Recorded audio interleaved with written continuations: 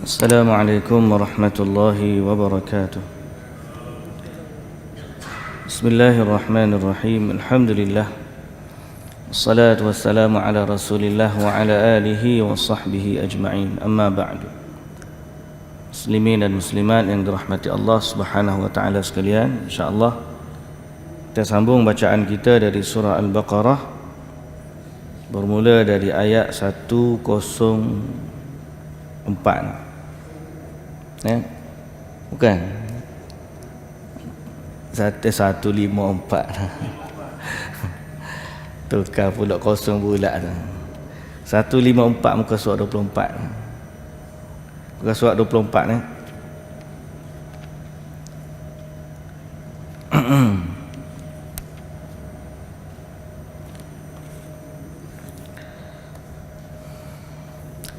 أعوذ بالله من الشيطان الرجيم.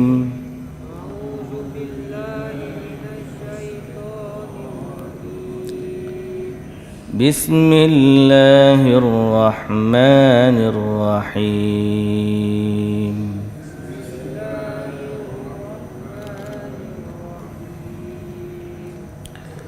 ولا تقولوا لمن يقتل في سبيل الله أموات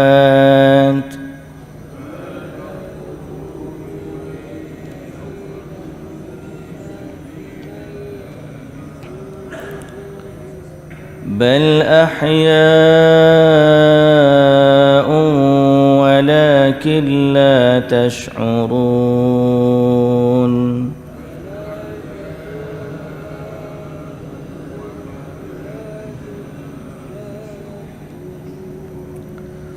ولنبلونكم بشيء من الخوف والجوع ونقص من الأموال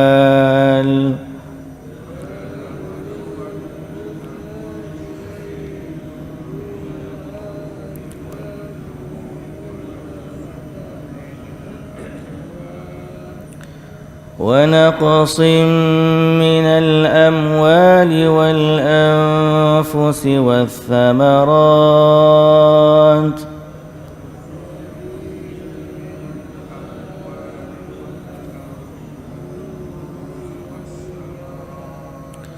وبشر الصابرين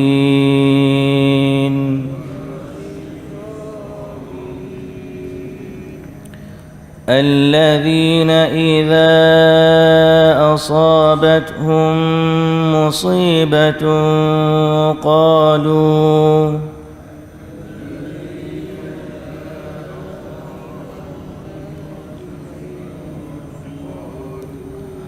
قالوا إنا لله وإنا إليه راجعون.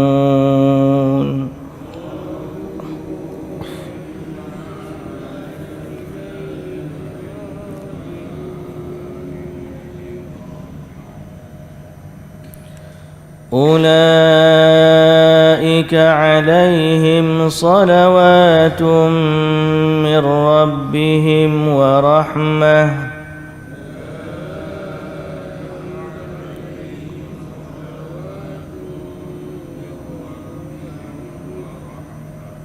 وأولئك هم المهتدون.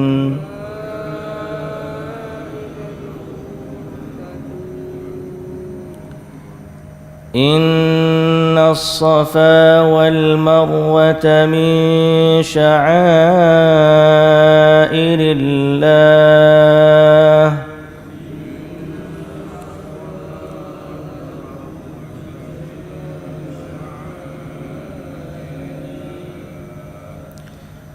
فمن حج البيت أو اعتمر فلا جناح عليه أن يطوف بهما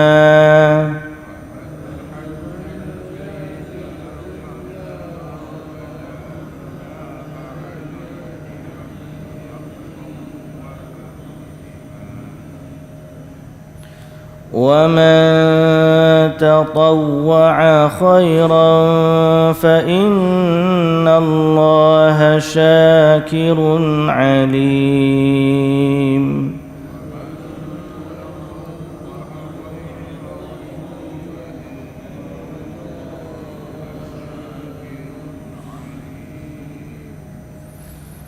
إن الذين يكتمون ما أنزلنا من البينات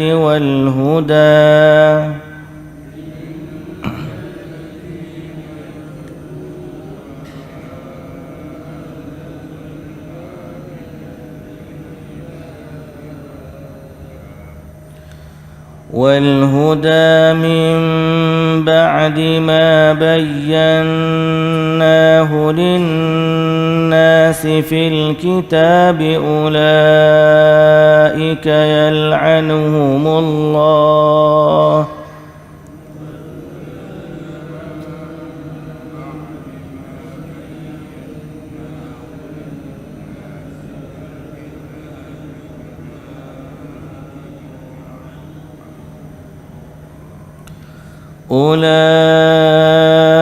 يلعنهم الله ويلعنهم اللاعنون.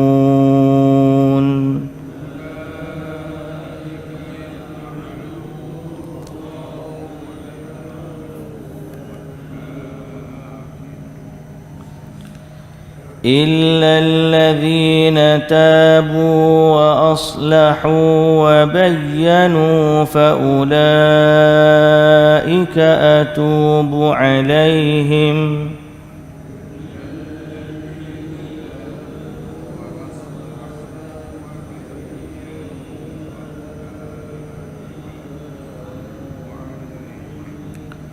وأنا التواب الرحيم.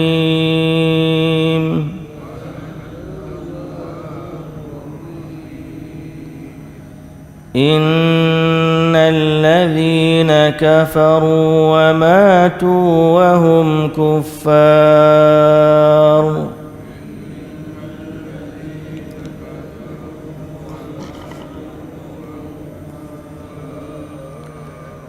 أولئك عليهم لعنة الله والملائكة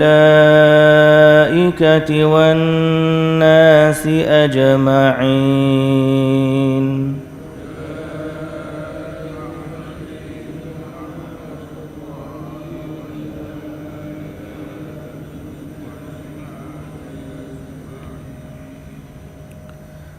خالدين فيها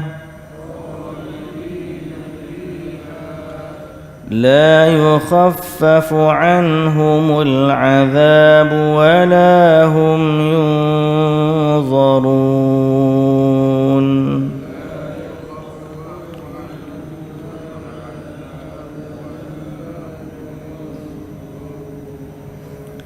وإلهكم إله واحد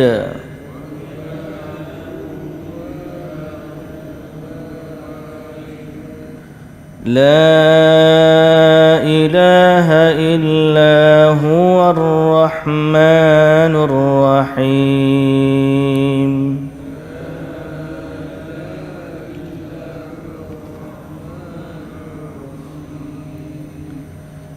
إن في خلق السماوات والأرض واختلاف الليل والنهار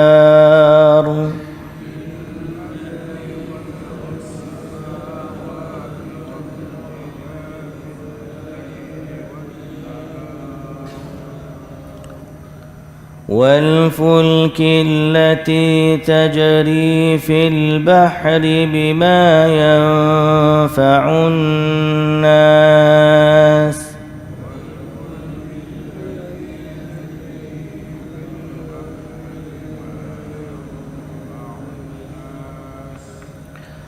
وما أنزل الله من السماء من ماء فأحيا به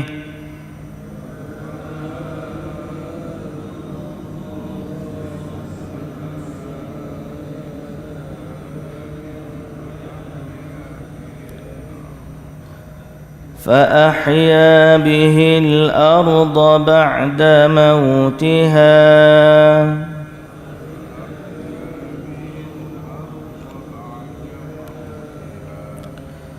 وبث فيها من كل دابة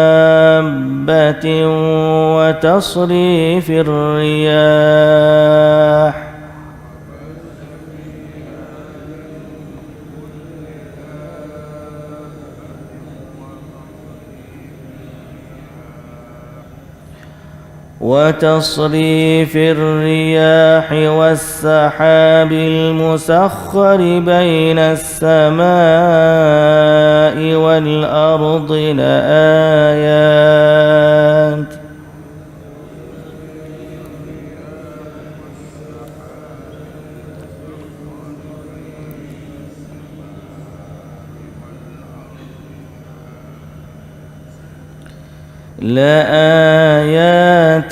لقوم يعقلون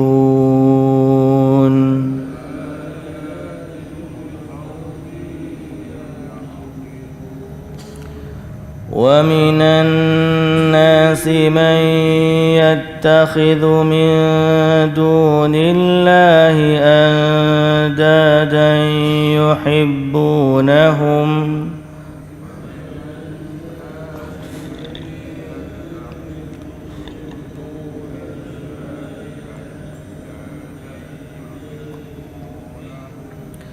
يحبونهم كحب الله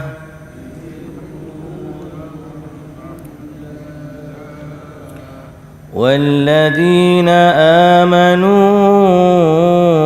أشد حبا لله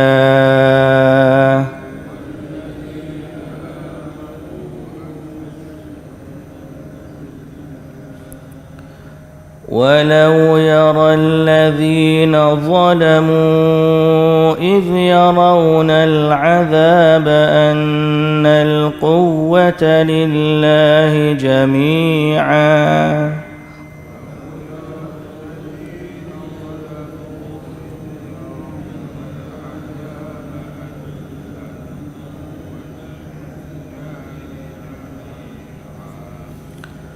وأن الله شديد العذاب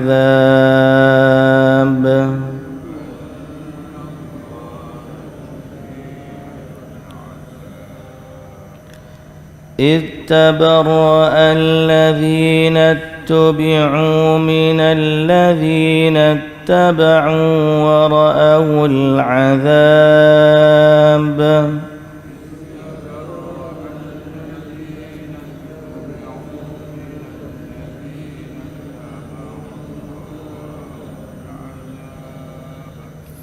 وتقطعت بهم الأسباب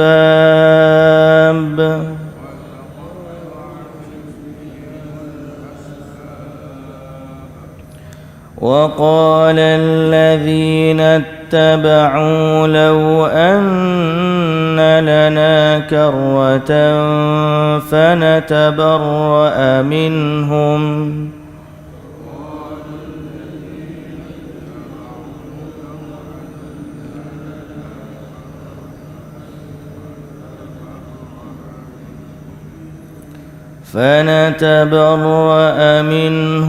كما تبرؤوا منا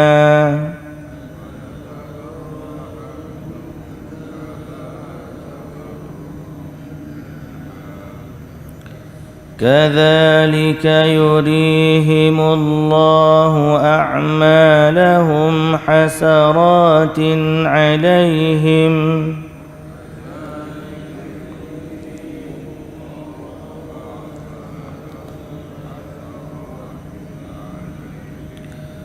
وما هم بخارجين من النار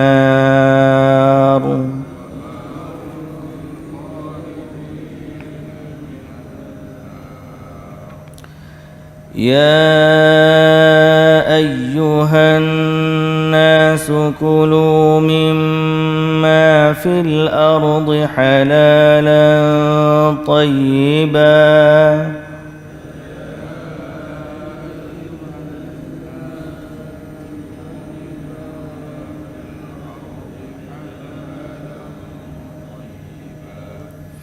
ولا تتبعوا خطوات الشيطان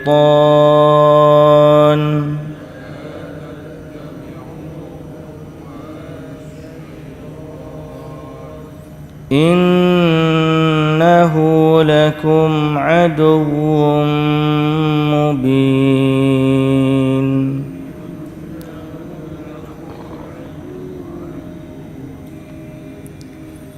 إنما يأمركم بالسوء والفحشاء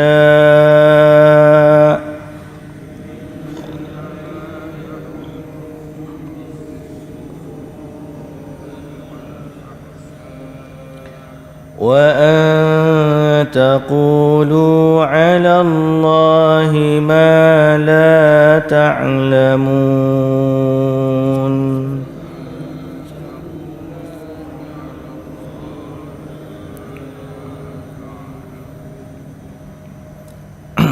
Baik.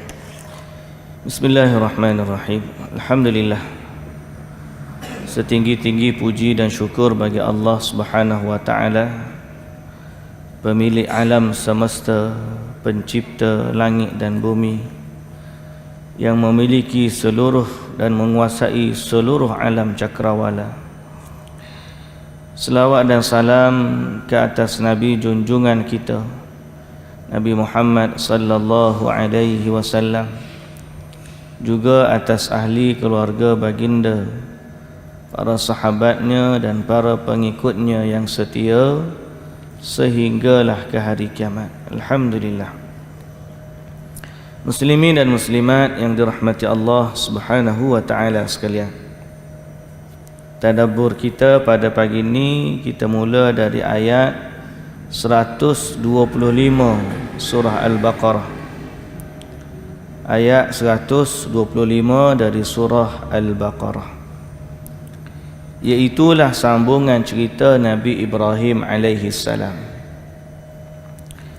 Allah Ta'ala sebut, wa idh ja'alnal baita mathabatan linnas, dan ingatlah ketika kami jadikan rumah suci itu mathabatan linnas, tempat tumpuan bagi umat manusia,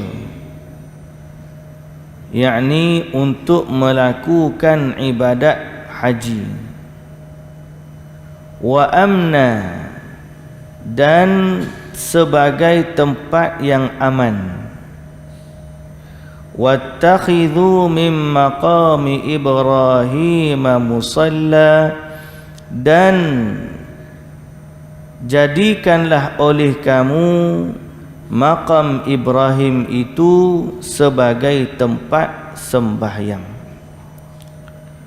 Wa ahidna ila Ibrahim, dan kami perintahkan kepada Nabi Ibrahim, wa Ismail, dan Nabi Ismail, an tahira baitiya lit-taifin, dengan berfirman, bersihkanlah rumahku, yakni Kaabah dan Masjidil Haram, dari segala perkara yang dilarang untuk orang-orang yang bertawaf dan orang-orang yang beriktikaf dan orang-orang yang rukuk dan juga sujud.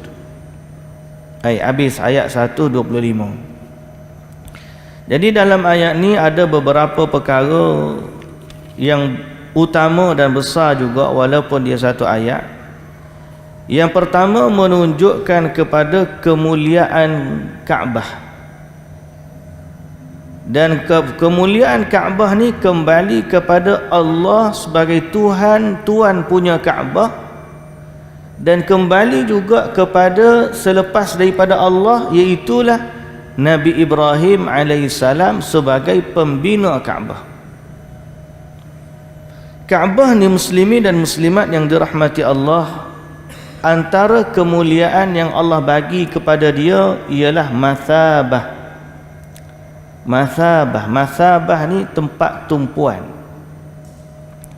sehingga semua hati-hati manusia ni cenderung untuk pergi ke Mekah dan tidak jemu-jemu, walaupun dia pergi setahun sekali atau dia pergi setahun 2-3 kali, tetap saja hati dia tak jemu untuk pergi kepada Kaabah.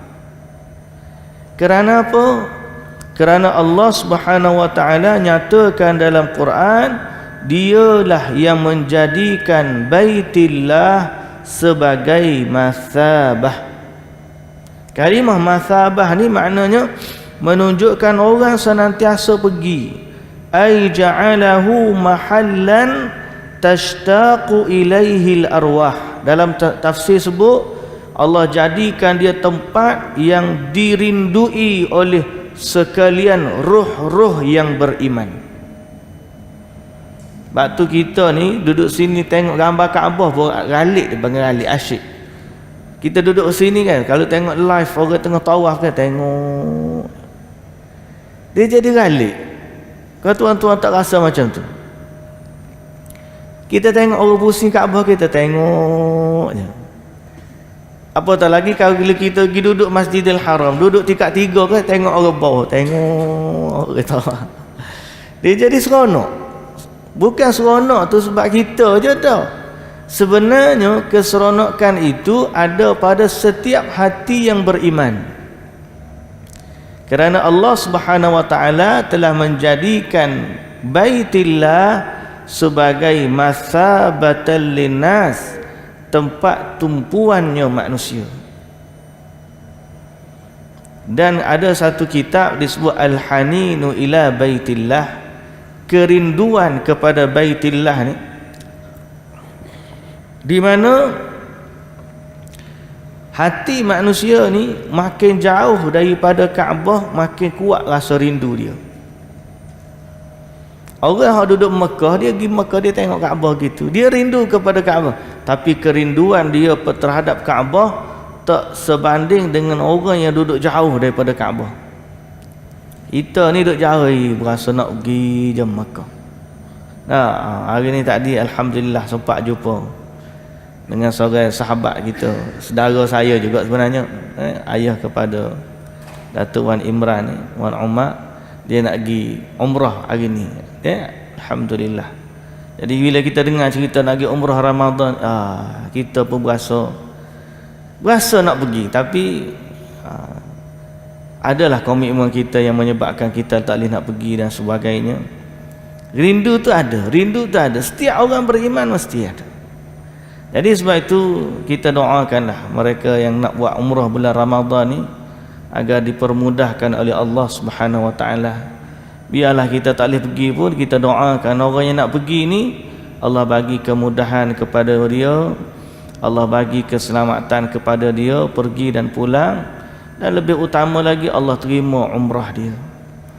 Kerana Nabi sallallahu alaihi wasallam kata, al-umratu fi Ramadan ka hajjatin ma'i, atau ka hajjah.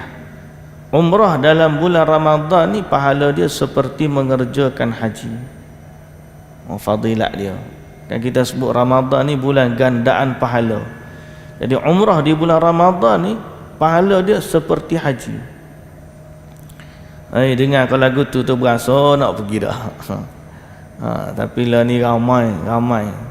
Siapa boleh pergi tu kira nikmat, nikmat, alhamdulillah. Cuma kalau dah sampai sana tak guna kesempatan tu yang ada, rugi. Saya tuan-tuan muslimin dan muslimat yang dirahmati Allah, bila cerita bab Mekah ni kan, kita buih mulut lah, orang panggil buih mulut. Berasa seronok nak cerita bab Mekah. Pasal apa dah? Dulu saya ni, dalam alhamdulillah, puji kepada Allah, Allah bagi rezeki kat kita boleh belajar dekat Madinah. Jadi bila belajar di Madinah tu, kita selalu pergi Mekah. Masa pergi Mekah mula-mula tu, kita pergi macam orang lain pergi. Kita pergi biasalah, kita nampak umrah tu. Kita nampak umrah tu sendiri, kita nampak Kaabah tu. Lepas saya habis belajar, Allah rezekikan lagi boleh jadi mutawif, pergi lagi. Dan Allah tambah lagi rezeki, Allah jadikan saya penterjemah kepada bawah Kementerian Haji, Kementerian Hal Ehwal Islam Arab Saudi berkaitan urusan haji. Jadi penterjemah kepada syekh-syekh yang bagi ceramah dalam bahasa Arab, kita terjemah ke dalam bahasa Melayu ataupun bahasa Indonesia ataupun bahasa Fatani. Bahasa Fatani itu lebih kurang bahasa Kelantan ya. Jadi kita pernah jadi penterjemah untuk orang Thailand. Bahasa Petani bolehlah, bahasa Thailand tak reti, duk sawadikap situ jelah. Bahasa Petani boleh. Kemudian bahasa Indonesia boleh. Kemudian bahasa Melayu lagilah ni. Alhamdulillah. Lalu saya satu tahun ada jumpa dengan seorang syekh. Nama dia Syekh Fuad. Syekh Fuad ni dia menjadi mudir, ketua kepada satu projek nama dia Masyru' Ta'zim Baladil Haram. Projek mengagungkan tanah haram. Dia kata apa? Bila saya pergi, dia pun bagi ceramah tentang ni. Lepas tu dia kata pula, kalau kamu ada jemaah haji, jemaah ni nak suruh aku datang bagi ceramah tepat dekat hotel, boleh. Jadi kita susun program masa tu dengan travel yang ada. Panggil dia bagi ceramah dekat hotel. Khusus tentang mengagungkan tanah haram. Maknanya apa? Dia bagi tahu macam kalau kita kata radius. Kalau bom atom ni, kalau kita tengok bom atom, dia ada hok paling merah berapa kilometer. Kemudian pergi kawasan oren, besar lagi radius dia kawasan kuning. Lepas pada tu baru kawasan hijau. Contoh lagi itulah. Jadi dia bila dia gambarkan Mekah ni, dia ada satu kawasan yang memang menjadi tumpuan manusia, iaitulah Kaabah tu sendiri. Besar daripada Kaabah tu, luaskan radius Masjidil Haram. Besar lagi daripada radius Masjidil Haram tu, tanah haram. Lepas tu barulah Jazirah Arab. So dia kata banyakkan orang yang mari, dia nampak radius Kaabah sahaja. Banyakkan orang nampak tuju Kaabah je. Memang Kaabah tu memang tempat yang agung. Tapi bila dia buat, lepas tu besar sikit Masjidil Haram, masih lagi orang agung kan. Tapi bila keluar daripada Masjidil Haram, tanah haram tu dah jadi biasa bagi mereka. Orang buang sampah dalam tanah haram, orang hisap rokok dalam tanah haram, orang cakap benda-benda mencarut, benda-benda karut dalam Masjidil Haram, dalam tanah haram. Orang buat maksiat, orang tengok filem, orang macam-macam. So dia punya projek ialah dia nak sebut bahawa skala keagungan yang Allah Ta'ala sebut di dalam Quran dan juga Nabi SAW sebut dalam sunnah Nabi, keagungan ni ada 3 tahap tadi: Kaabah, Masjidil Haram, tanah haram. Sehingga kalau kita duduk di hotel pun dapat pahala 100,000. Tiba-tiba hak dapat pahala 100,000, dia duduk hotel, dia hisap rokok, dia duduk hotel, dia mencarut, dia duduk hotel, duduk keluar buang sampah, ludah kiri kanan, bergaduh dengan orang tu, bergaduh dengan orang ni. Lalu dia dah kata, kenapa semua ni berlaku? Kerana manusia tidak mengagungkan tanah haram. Dia hanya mengagungkan Kaabah, Masjidil Haram, tapi dia lupa keagungan tanah haram. Jadi dia punya projek ialah memberi kefahaman kepada masyarakat Islam seluruh dunia betapa tanah haram ni juga adalah kawasan yang dimuliakan oleh Allah Subhanahu wa taala. Tapi lah ni makin lama makin orang ni tubik Masjidil Haram, dia nampak hotel, dia nampak tu, dia pergi shopping, dia pergi apa, dia tak rasa dia sedang duduk dalam tanah haram. Jadi bila kita baca ayat-ayatnya macam ni, muslimin dan muslimat yang dirahmati Allah, kita kembali kepada apa yang Allah Ta'ala nak bagi tahu kepada kita dari keagungan Masjidil Haram, keagungan Kaabah dan keagungan tanah haram itu sendiri.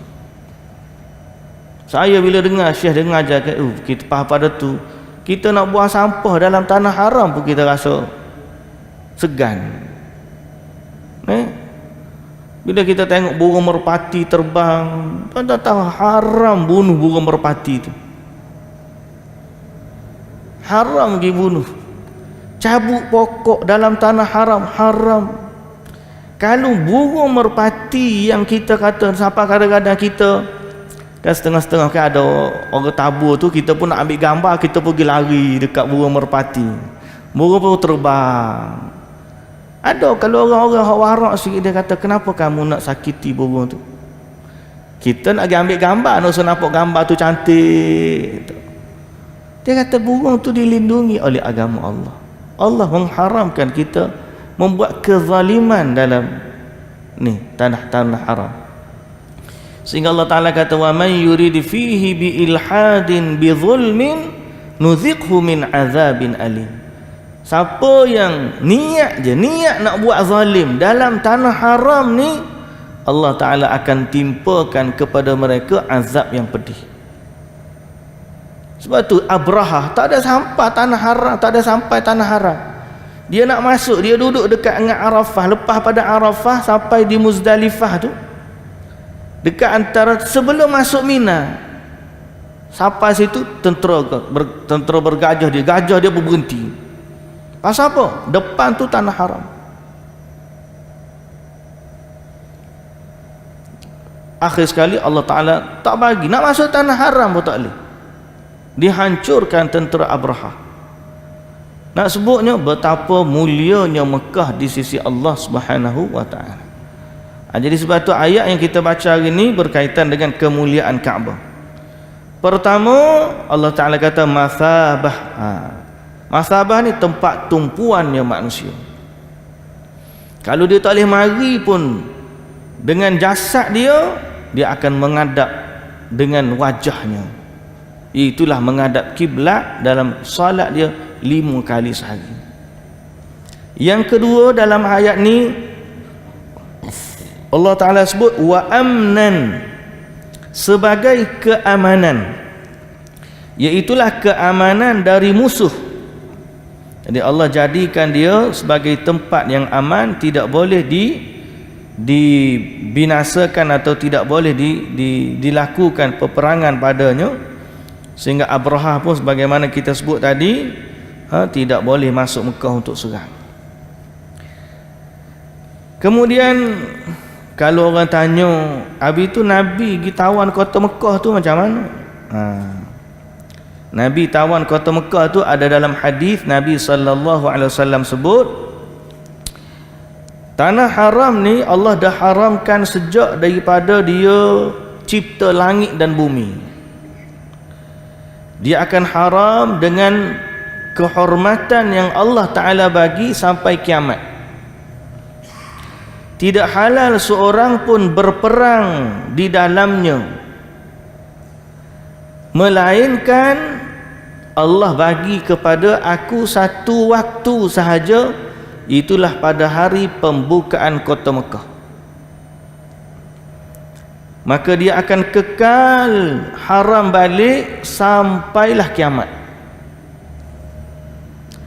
Tidak boleh dipatahkan satu duri di pokok, tidak boleh ditangkap binatang-binatang buruan, tidak boleh dikutip harta-harta yang jatuh, melainkan bagi mencari tuannya. Sehingga Al-Abbas kata illal idhkhir fa innahu laqinuhum wa liqinihim wa libuyutihim, kecuali rumput idhkhir, dia ni untuk kegunaan mereka dan juga rumah-rumah mereka. Lalu Nabi sallallahu alaihi wasallam kata illal idhkhir. Jadi nak sebutnya muslimin dan muslimat yang dirahmati Allah, kita akan sebut lagi pada ayat seterusnya berkaitan dengan Mekah ni. Dia mulia, tidak dijadikan negeri yang aman sampailah kiamat, sampai kiamat. Maka hari ni walaupun kita tengok dalam sejarah memang ada serangan terhadap Kaabah ni,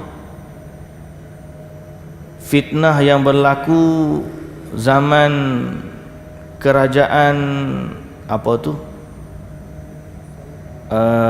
Allahumma salli ala Muhammad, yang dia ambil Qaramitah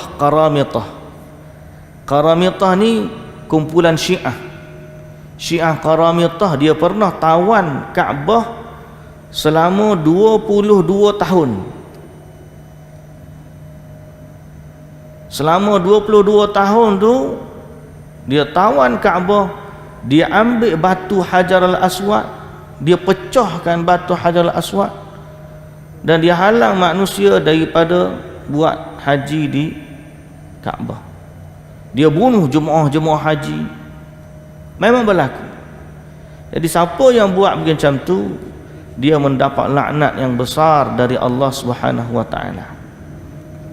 Sebab itu tuan-tuan yang dirahmati Allah, setelah akhirnya berjaya dikembalikan Hajar al-Aswad ke Kaabah, setelah kalahnya puak-puak Qaramitah ni, kembalilah Hajar al-Aswad dalam bentuk serpihan-serpihan.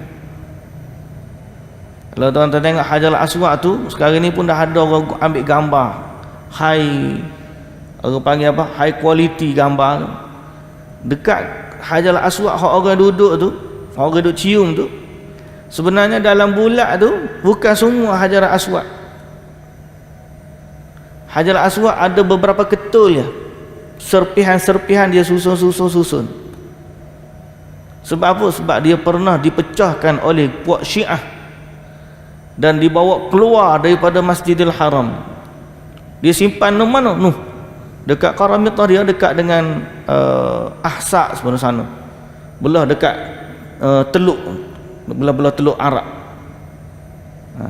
Dia Kaabah ni kan belah Laut Merah, semenanjung Arab ni kan besar, Jazirah Arab ni. Kaabah ni duduk belah Laut Merah, dekat dengan Mesir. Belah sana tu dekat dengan Arabian Gulf, teluk Arab. Dia kat Kuwait, Qatar, Bahrain, belah-belah sana. Ahsa tu belah-belah dekat bawah kat Yaman. Jadi berlaku fitnah tu memang berlaku, tapi orang itu akan dilaknat oleh Allah Azza wa Jalla dan dia telah melakukan dosa yang sangat besar. Berlaku juga fitnah Juhaiman. Tahu Juhaiman? Juhaiman ni berlaku tahun akhir 70-an kalau tak silap saya, ke awal 80-an, yang dia tawan Kaabah dengan senjata berat. Dia bawa senjata dalam kanda, dia usung-usung macam orang mati. Sampai dalam Kaabah tu, dia buka kanda, dia ambil senjata dan dia tawan Kaabah, sehingga kerajaan pihak Arab Saudi masa tu terpaksa kepung, dan kemudian berlakulah pertempuran dan akhirnya mereka berjaya dikalahkan dan dihalau ditawan daripada Masjidil Haram. Akhirnya boleh aman kembali, dan sampai hari ini alhamdulillah Allah jaga Masjidil Haram untuk kita pergi sebagai tanah atau sebagai tempat yang diagungkan oleh Allah Subhanahu wa taala. Baik, jadi muslimin dan muslimat yang dirahmati Allah, ayat ini menunjukkan kemuliaan Kaabah yang pertama, dan yang kedua kemuliaan Nabi Ibrahim alaihi salam. Kerana dia ada kesinambungan dengan cerita semalam. Kita sebut semalam cerita apa? Cerita Masjid Nabi Ibrahim alaihi salam. Kemudian Allah Taala sebut dalam ayat 125 ni lagi, wattakhidhu min maqami Ibrahim musalla, dan jadikanlah maqam Ibrahim sebagai tempat salat. Maqam Ibrahim ni tempat Nabi Ibrahim pijak nak bina Kaabah. Nama dia maqam. Maqam tu bukan kubur dah. Kalau orang tengok tu macam batu nisan, bukan. Dia maqam, batu. Kalau tuan-tuan pergi intai tu, dia tengok dah sudah tertutup dengan perak. Dia ada lapisan perak di atas. Sebenarnya dia batu. Dan di atas batu tu ada bekas tapak kaki, betul-betul bekas tapak kaki Nabi Ibrahim alaihissalam. Sehingga disebut dalam asar bahawa ni, memang pada makam Ibrahim itu terdapat kesan jari Nabi Ibrahim alaihi salam. Terdapat kesan jari Nabi Ibrahim alaihi salam. Kata Anas bin Malik radhiyallahu anhu, Anas bin Malik radhiyallahu anhu kata, ra'aitul maqama fihi asabi'ahu fa fihi asabi'uhu alaihi salam wa akhmasa qadamaihi ghaira annahu adhhabahu mashun nas bi aidihim. Kata Anas bin Malik kata, aku sempat tengok batu tu. Anas bin Malik, kita tak tengok batu, kita tengok pagar tu. Kemudian pergi dekat, nampak lapisan perak, kemudian dua lubang macam tapak kaki. Tapi sebenarnya bukan real punya kata, sebab dia tu sudah lapis, dia dilapis dengan perak. Asalnya batu. Kata Anas bin Malik, aku tengok batu tu. Padanya ada kesan jari-jari Nabi Ibrahim dan juga bekas tumitnya Nabi Ibrahim dekat batu yang dia pijak. Ni ghaira annahu azhabahu mas'un nas bi aidihim, melainkan kesan tu hampir-hampir hilang kerana kesan daripada manusia duduk sapu. Orang sapu, mari seorang pegang, mari dua orang pegang, mari tiga orang pegang, 10 orang pegang, 100 orang pegang, 1000 orang pegang, 1,000,000 orang pegang. Kata Anas bin Malik, lama-lama batu tu haus. Akhir sekali kerajaan yang ada hari ni, dia pun buatlah tutup. Comel sikit lah, saya lupa sejak daripada bila dia ditutup asal, tapi bukan kerajaan Saudi lah, belum tu lagi kata silap saya ni. Tapi nak sebutnya akhirnya ditutup supaya manusia tidak lagi menyentuhnya. Haus apa batu tu, orang duk pegang batu tu haus.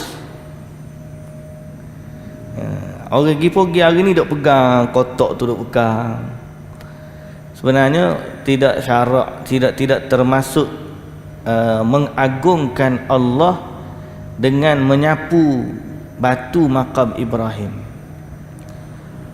Kita pernah sebut sebelum daripada ni, muslimin dan muslimat yang dirahmati Allah, di Kaabah, di Masjidil Haram, di Mekah adanya syiar-syiar keagungan Allah. Dan pada setiap syiar-syiar ini Allah diagungkan mengikut cara yang Allah Subhanahu wa taala sendiri syariatkan. Maka seorang yang nak mengagungkan Allah pada syiar-syiar Allah mesti mengikut cara yang disyariatkan oleh Allah di tempat yang ditetapkan oleh Allah. Sebagai contoh, Kaabah. Kaabah tu syiar Allah. Macam mana mengagungkan Allah di Kaabah? Dengan tawaf. Maqam Ibrahim tu syiar Allah. Macam mana diagungkan maqam Ibrahim? Dengan salat di belakang dia.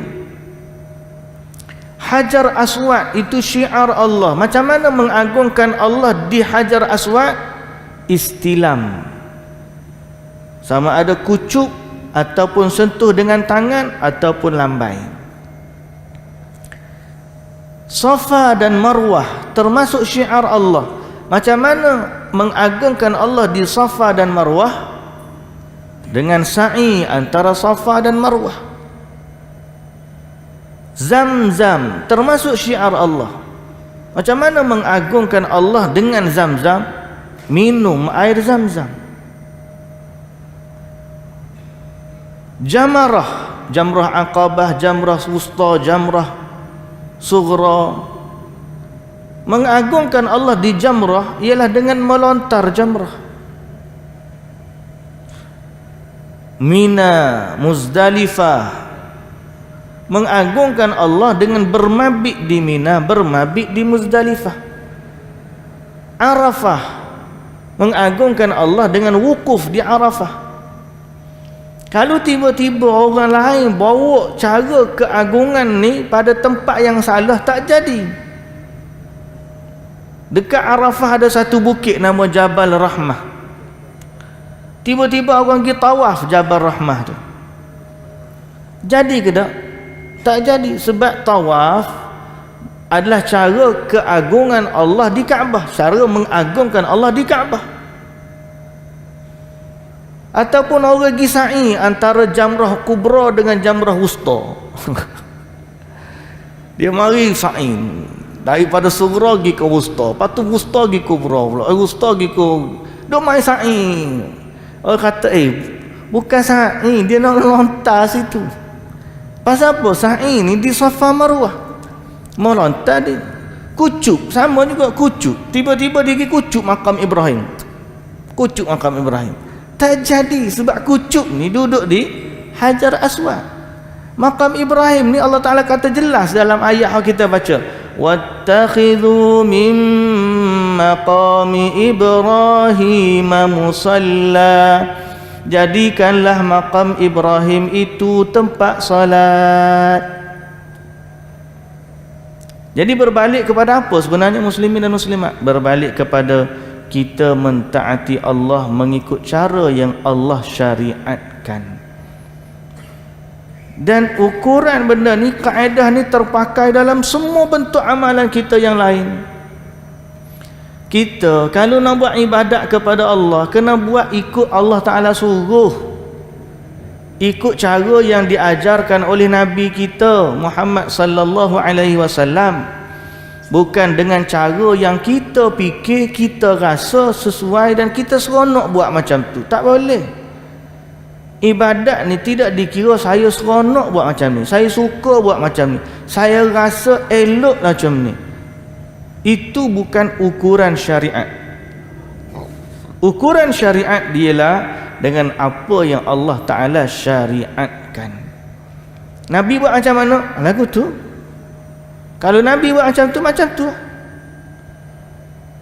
Sebab itu dalam bab ni muslimin dan muslimat yang dirahmati Allah, kita belajar bagaimana Nabi Ibrahim taat kepada Allah. Kita belajar macam mana bentuk-bentuk ketaatan di Masjidil Haram, di Kaabah, di Tanah Haram. Kita belajar semua ni untuk menjadikan kita ni tunduk dan patuh kepada Allah, pemilik alam semesta, pencipta sekalian alam. Dan berkenaan dengan makam Ibrahim ni, yang enjak dia, dulu makam Ibrahim ni batu yang duduk bersebelahan dengan Kaabah. Orang panggil menampal dinding Kaabah, multasiqan, bahasa Arab sebut multasiq ni, masa ni dinding Kaabah, batu tu duduk betul-betul sebelah. Sebab tujuan batu tu, Nabi Ibrahim duduk atas batu, pijak untuk letak batu untuk bina Kaabah. Tu asal dia.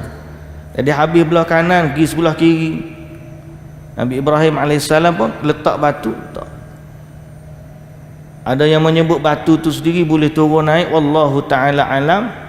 Tapi lepas daripada selesai binaan tu, batu tu kekal di sebelah Kaabah.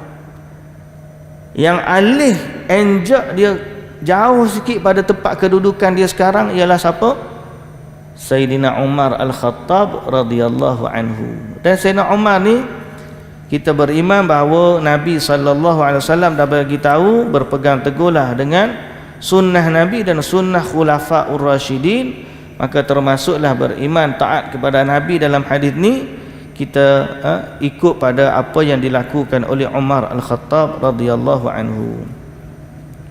Apatah lagi Umar ni berkaitan dengan makam Ibrahim, dia ada kisah dia. Kata Nabi, kata Umar radhiyallahu anhu, wafaqtu rabbi fi thalathin aw wafaqani rabbi fi thalathin. Sayyidina Umar ni dia pernah 3 kali pandangan dia sama dengan wahyu, ataupun bahasa mudah, Allah menurunkan wahyu yang bersesuaian dengan pandangan Umar. 3 keadaan.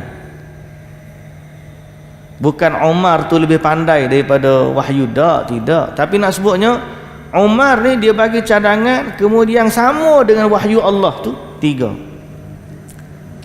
Pertama, kata Nabi SAW, kata Umar, waktu Nabi duduk tawaf di Kaabah, Umar kata kepada Nabi, semayanglah di belakang masjid, semayanglah di makam Ibrahim. Tiba-tiba turun ayat Quran, wattakhidhu min maqami Ibrahim musalla. Allah kata kepada Nabi Muhammad, semayanglah di belakang makam Ibrahim. Sama dengan pendapat Umar. Satu. Yang kedua, Umar bagi cadangan kat Nabi, ya Rasulullah, Rasulullah ni, orang mari jumpa Rasulullah, ada orang baik, ada orang jahat. Apa kata kalau isteri-isteri Rasulullah sallallahu alaihi wasallam ni ditutup dengan hijab, buat tabir, tutup pakai hijab, supaya orang-orang yang jahat ni tidak, orang panggil, menyakitilah keluarga Nabi sallallahu alaihi wasallam. Maka Allah Taala turunkan ayat memerintahkan Nabi supaya bagi tahu kepada isteri-isteri dia untuk mengenakan hijab. 2. Kali ketiga, Umar radhiyallahu anhu berlaku bila Nabi ni ada masalah dengan isteri-isteri dia. Nabi ni pernah satu kali dia ada isu dengan isteri-isteri dia. Jadi isteri dia ni minta dengan Nabi, belanjalah lebih daripada apa yang Nabi mampu. Ada yang tak puas hati. Sebenarnya isteri-isteri Nabi ni mulia, tapi Allah Ta'ala ni nak jadikan dia sebagai pengajaran untuk wanita-wanita selepas daripada itu. Maka satu ketika Allah jadikan isteri Nabi itu sifatnya begitu. Maka Nabi pun sampai ke tahap merajuk dengan isteri-isteri dia. Tuan-tuan pernah dengar cerita ni dah? Nabi merajuk tu sampai Nabi kat Nabi tu tidur di satu tempat rumah dia tu. Nabi tak balik rumah isteri-isteri dia. Sampai Umar radhiyallahu anhu pergi pujuk Nabi. Dalam ayat Umar pujuk Nabi tu, Umar kata, ya Rasulullah, ini tahaitun, apa tu, dia pujuk Nabi. Lepas dia pujuk Nabi, dia pergi jumpa pula dengan isteri-isteri Nabi. Umar ni, kerana salah satu daripada isteri Nabi adalah anak dia. Siapa dia? Hafsah binti Umar Al-Khattab radhiyallahu anhu. Dia pun kata kepada isteri-isteri Nabi, dia kata, inin tahaitunna aw la yubdilanna Allahu wa rasuluhu la yubaddilanna Allahu rasulahu khairan minkunna.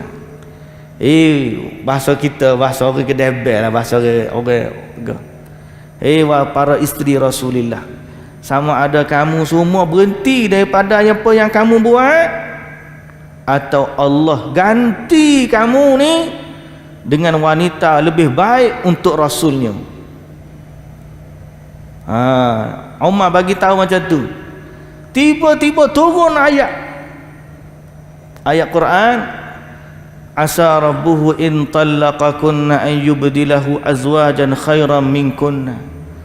Dalam surah Tahrim Allah Ta'ala kata, bagi pengajaran kepada isteri-isteri Rasulullah, asa rabbahu, boleh jadi Tuhannya, yakni Allah, sekiranya Nabi menceraikan kamu semua, Allah ganti dengan isteri-isteri yang lebih baik daripada kamu. Akhir sekali isteri-isteri Nabi pun bertaubat kepada Allah dan kembali kepada Rasulullah sallallahu alaihi wasallam. Dan mereka adalah ummahatul mukminin yang suci, mulia, yang baik. Cuma pengajaran tu ada untuk umat. Pengajaran tu ada untuk umat. Adapun isteri Rasulullah sallallahu alaihi wasallam, mereka adalah ibu sekalian mukminin yang mulia, yang suci, yang baik, yang kita hanya sebut dengan kebaikan. Tapi kisah ni menyebabkan Umar radhiyallahu anhu dapat 3 kemuliaan.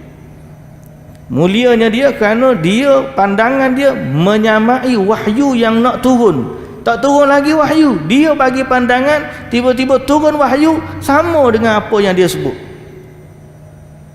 3. Pertama berkaitan maqam Ibrahim, yang kedua berkaitan dengan hijab, dan yang ketiga berkaitan dengan urusan Nabi menceraikan isteri-isterinya.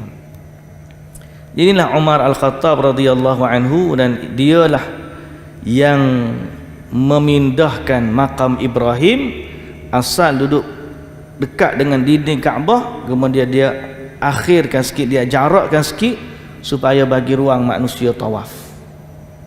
Jadi kita pun kekal lah, apa yang Umar buat tu kekal sampai hari ini, dan kita mengagungkan Allah Subhanahu wa taala di tempat yang Allah agungkan. Dan Allah Ta'ala perintahkan Nabi Ibrahim dan Nabi Ismail agar mensucikan rumahnya bagi orang tawaf, orang iktikaf, orang rukuk dan juga sujud. InsyaAllah kita sambung besok hari.